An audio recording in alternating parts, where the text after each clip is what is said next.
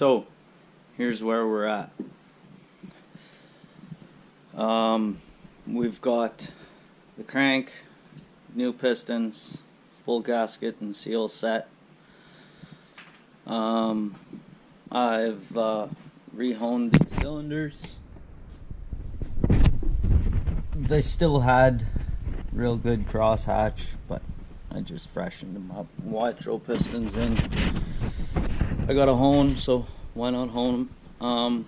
The one weird thing is, as you can see from the pickup coil and the I would assume the other one's a crankshaft position sensor, although I'm not sure. You see all the RTV on them? They were, not only were they screwed into place like they should have been, they were completely, like, they didn't need the screws. They were fucking RTV'd in, and I don't know why. My best assumption is, and like really sloppily too, like these screws, I had to dig to find them. They were completely covered over by RTV. The other surprise that I found was, I knew that the PTO side rod has quite a bit of play in it. What I didn't know was that the magneto side outer bearing was eating itself. There's, I would say,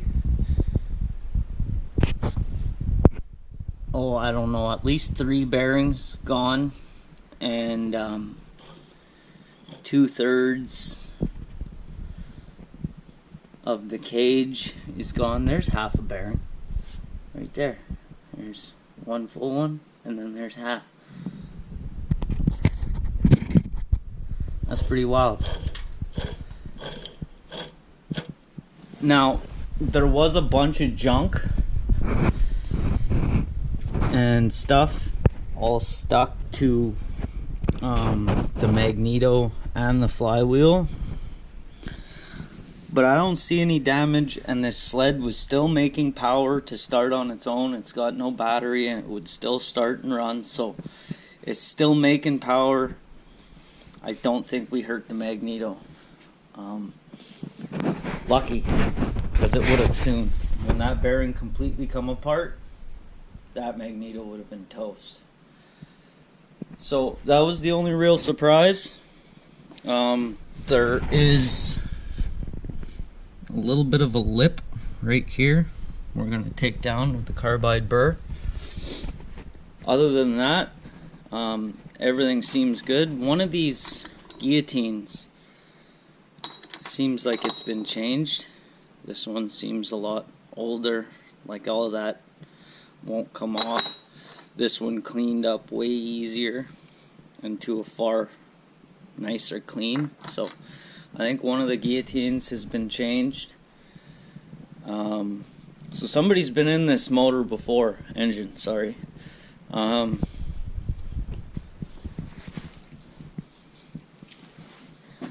There's a new crank. Pistons, rings, wrist pins, bearings, circlips, oil seal. There's the exhaust valve gaskets and the exhaust gaskets, water pump gasket, T-stat, and base gasket. Now the kit come with 3 different base gaskets, and I took the old one, and now these base gaskets, the 2 thinner ones are very similar. They're very close. And then the 3rd thicker one is like noticeably bigger than the other 2. Well, the old gasket was noticeably thicker than both of these and was the same as this one. so this is the one we went with. So about to gonna start fucking tossing this thing together. Like I said, got a little bit of work to do with the carbide burr on the case halves there, but everything's nice and clean, all been cleaned in my makeshift solvent tank and ready to go. I was asked by the customer to find out what's bent up front here, because one ski is further ahead than the other. So I have the track lined up with the joint in the floor measured out, so it's straight and parallel with the floor. The skis are also parallel with the floor, and you got that one just touching off on the door, and over here got good 4 inches from the door. So if you look right here, upper control arm is right parallel with the front lower control arm. Okay, everything looks alright. Shock mount nice and straight. Now you come over to this side, and right out of the gate you see some Arctic green. How that Arctic green got down under here in this protected area is a hell of a mystery, but I think I figured it out. Something painted Arctic green was impacted in this direction, because if you look at the lower shock mount, she's all fucking cattywampus and bent and fuckered. It's all dented here, and it's pushed over that way. And if you look at the relationship of the upper control arm to the lower, it's bent that way. So I don't think the lower control arm is hurt other than the shock mount.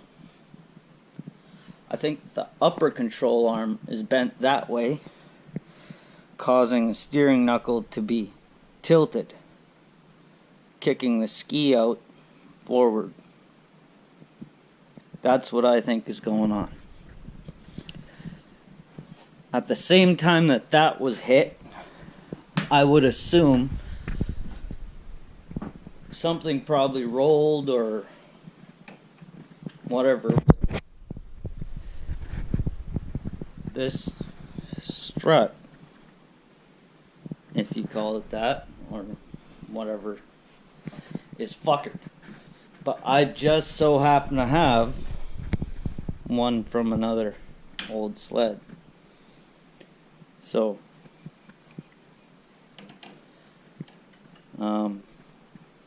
we'll finagle that fucking thing back in there too. So I was asked to find out what was bent. That's what it is.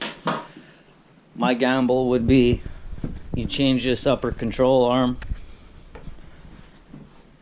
and I think you'd be in business. And while you got that off, you'd probably want to straighten out that shock mount.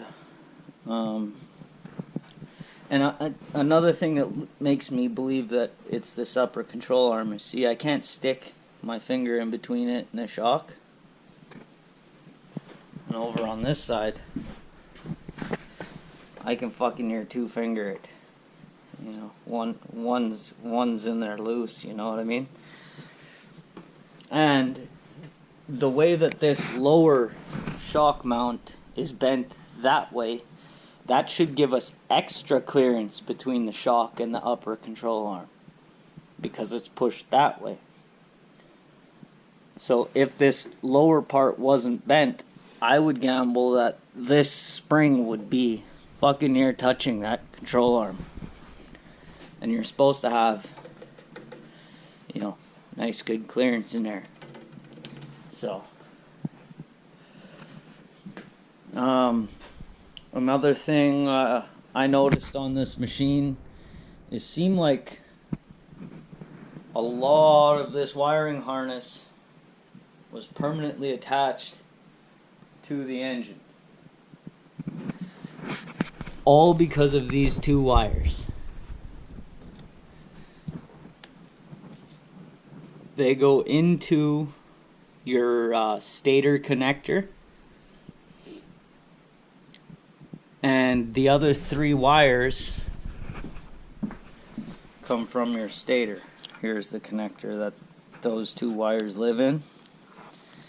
They live right here and right here, and there's your three stator wires. So there's a blue cover goes on that, and with this cover on, all five electrical ends are locked in place. So you pop this guy off via these two little clips right here, one there and one there. This guy pops off, and then you can use a small screwdriver and release the tangs that hold those in. Take a picture of it before you do it. I have a picture of which side's red and which side's black. And yeah, that way, because of those two wires, they come into this, which comes up to this, which goes around to there, comes around to all of this shit. So you would have to, it seems like they want you to take the whole fucking wiring harness almost with the engine. So I said, no thank you, and I popped those out. But so we're going to start building an engine here right away, I suppose.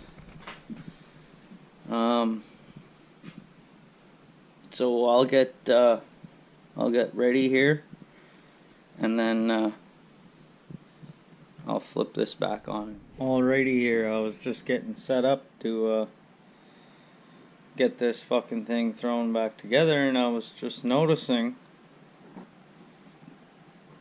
the stator and the pickup coils and this big fucking plug, and there's no way in fuck that it's gonna fit through the tiny little hole. I guess you could pop off, take a picture, and just pop out the remaining three.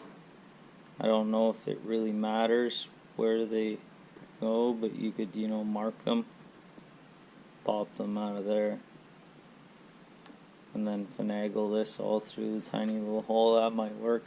We're just gonna put it in there right now. Why not, right? It's got to be there anywho. So one other thing I wanted to mention, I was throwing in this this strut, replacing that broken one. It's not just that A-arm that's bent. If you stand, I don't know if the camera is going to quite pick up on this, but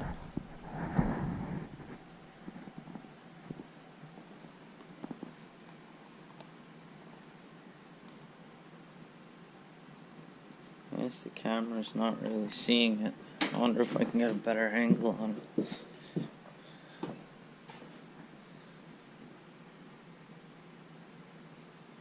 You see how right here it's like lined up with the bottom section of the tunnel there, the bulkhead, and over here in amongst the junk you see that it's twisted, it's cockeyed this way. I'm surprised that these modules haven't broken. When I noticed that, I like went over these two modules really closely, and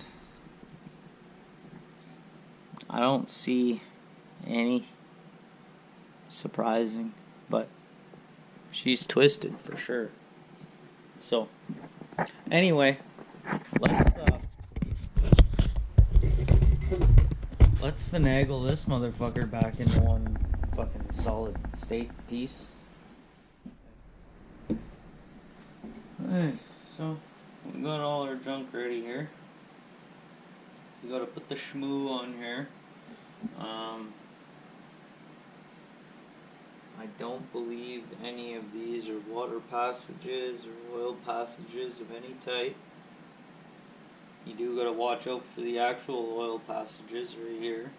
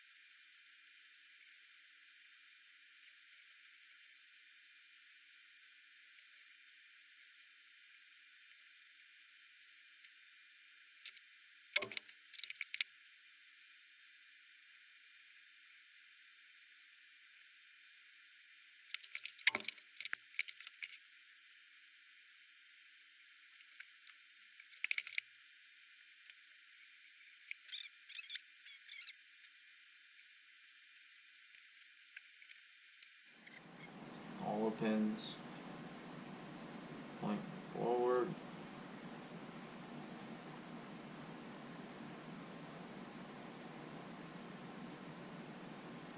At least remotely, so that when the other case half comes together, it'll roll them into their final place, but get them close as you can without fucking making a mess.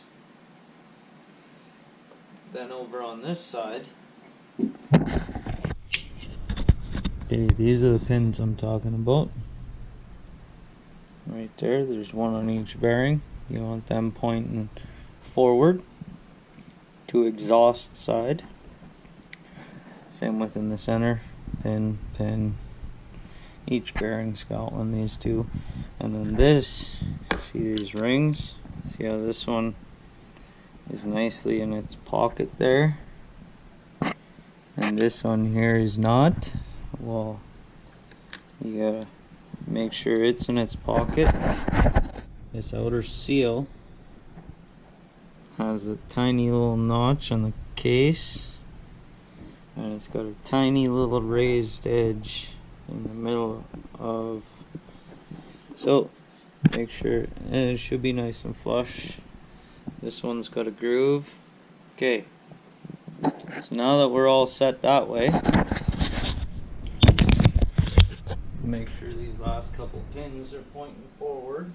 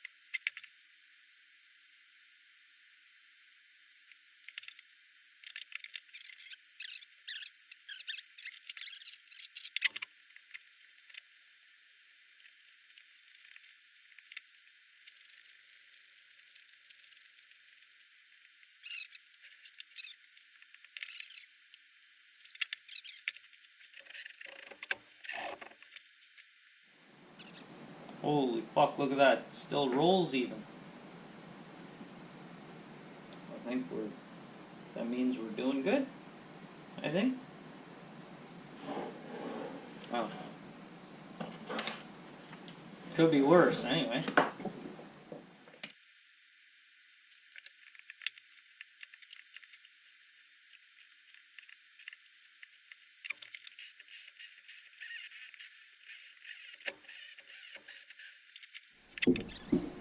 So that one's there at 21 foot-pounds.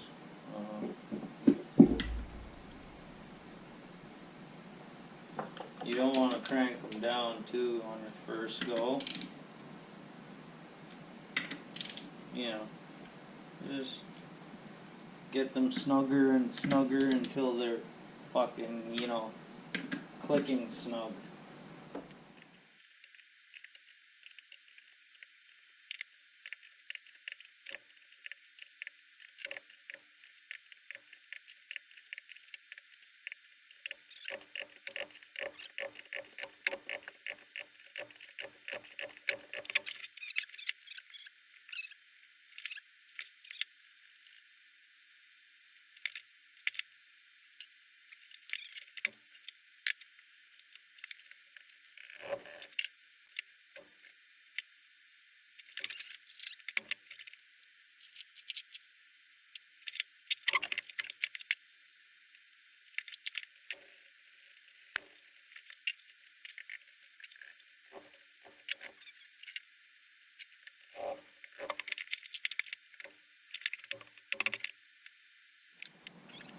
There's a little O-ring on the oil pump. You're gonna want to exchange that.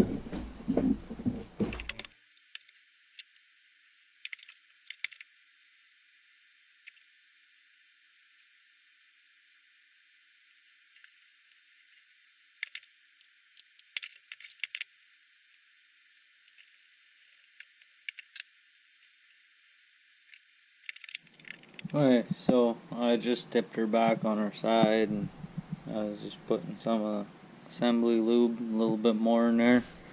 I did put a little bit on the crank before I put it in, and I put just a little bit, trying not to make too much of a mess. So I really put the schmoo to her, so I suppose we can bolt up the stator and the pickup coil.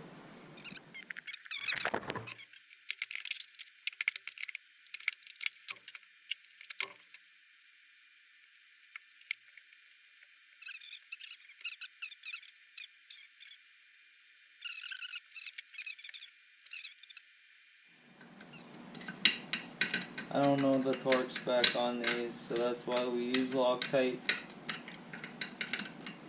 Get it tight, try not to strip it.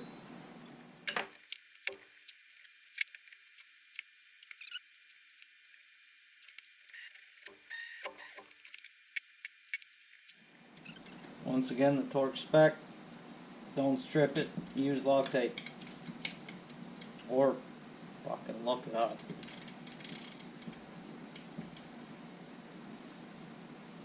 I look up the mains. I look up crankcase, cylinders, heads, and if you're in a 4-stroke, you know, rockers and the such. But when you're talking about something that just literally needs to be held in place, Loctite, don't strip it. Oh, if you disagree, I suppose you're entitled to that.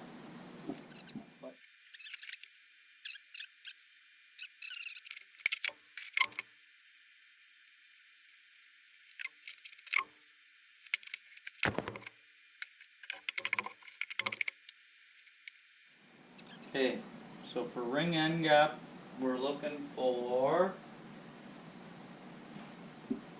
16 to 39 thousandths. And I can already tell that we do not have it. 16 thousandths right here. Nope. Let's see what we do have. Yeah, we got 11,000.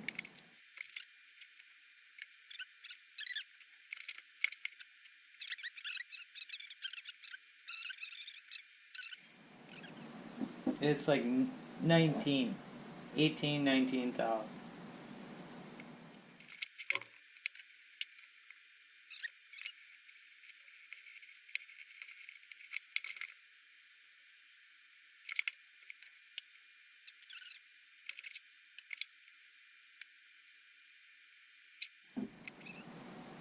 These rings got writing on them. It says top. I don't think I quite need to explain that one.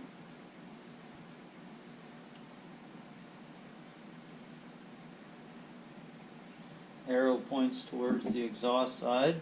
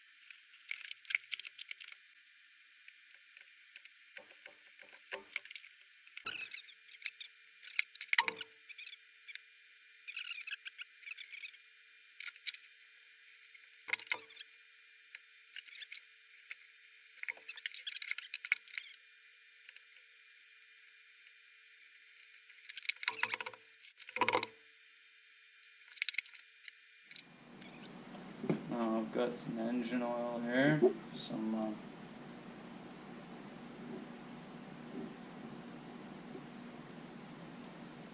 Tom's Oil Dominator.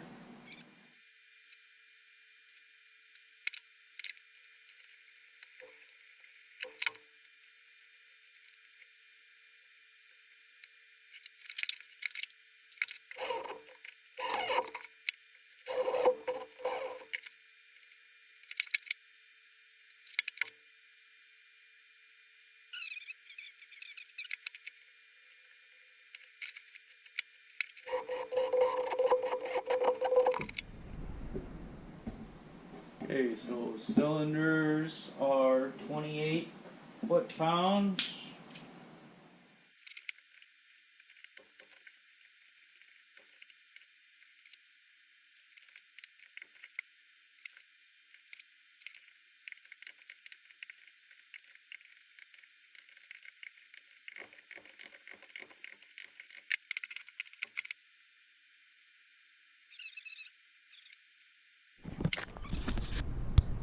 You got these thick black ones, and then these thin brown ones. Don't forget the inner ones, just because they're weeny.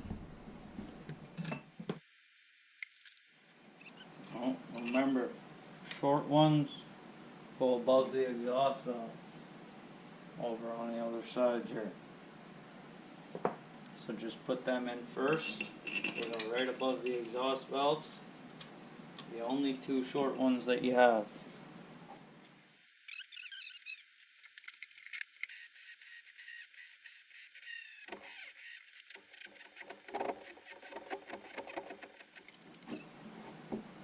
Heads are 21 as well.